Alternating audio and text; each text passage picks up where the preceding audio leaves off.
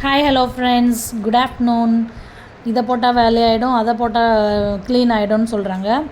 நிறைய யூடியூப்பை பார்த்து நானும் இன்றைக்கி ஒரு ட்ரை பண்ணலாம் அப்படின்னு சிங்கை க்ளீன் பண்ணலாம் அப்படின்னு நினச்சேன். ஃபஸ்ட்டு கார்த்திகா ஷீக்கா ஒரு பாக்கெட் ஃபுல்லாக எடுத்துக்கினேன்.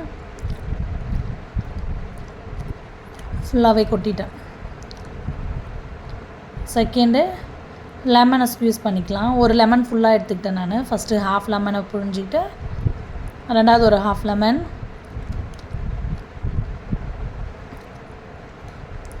நெக்ஸ்ட்டு பேக்கிங் சோடா போட்டுக்குங்க.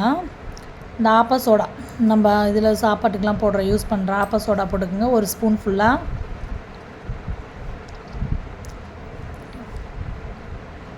ஒரு டேபிள் ஸ்பூன். அப்புறம் ஹார்பிக் கொஞ்சம் யூஸ் பண்ணிக்கினேன். ஹார்பிக் கொஞ்சம் ஊற்றிக்கோங்க. கையில் ஒரு க்ளவுஸ் போட்டுக்கின்னு நல்லா மிக்ஸ் பண்ணிக்கோங்க.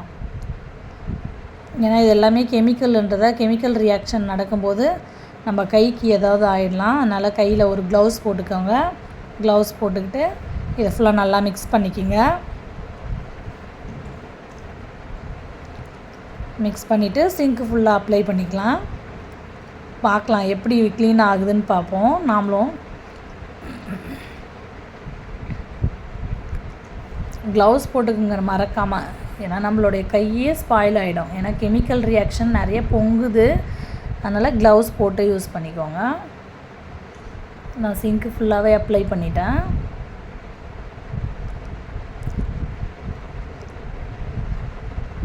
ஃபுல்லாக அப்ளை பண்ணி ஒரு 5 மினிட்ஸ் கழித்து ஸ்டீல் நார் இருக்குது இல்லைங்க, இரும்பு கம்பி, இரும்பு நாரால் தீத்தி பார்ப்போம். ஃபுல்லாக ஃபஸ்ட்டு அப்ளை பண்ணிக்கலாம். ஃபுல்லாகவே எல்லாத்தையும் அப்ளை பண்ணிவிட்டு இரும்பு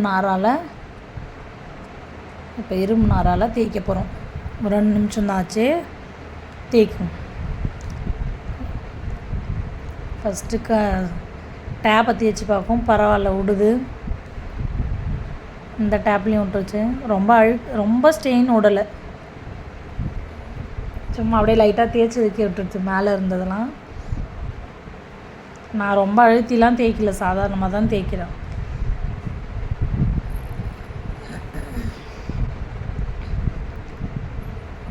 ஃபுல்லாக எப்படி தேய்ச்சி பாருங்கள். ஃபுல்லாக ஸ்டெயின் க்ளீன் ஆகலை, ஓரளவுக்கு பரவாயில்ல. டெய்லி யூஸ் பண்ணுறவங்களுக்கு, டெய்லி வாஷ் பண்ணுறவங்களுக்கு இது ஓகே. நம்மளுக்கு சரி வரல. பாய், see you next week.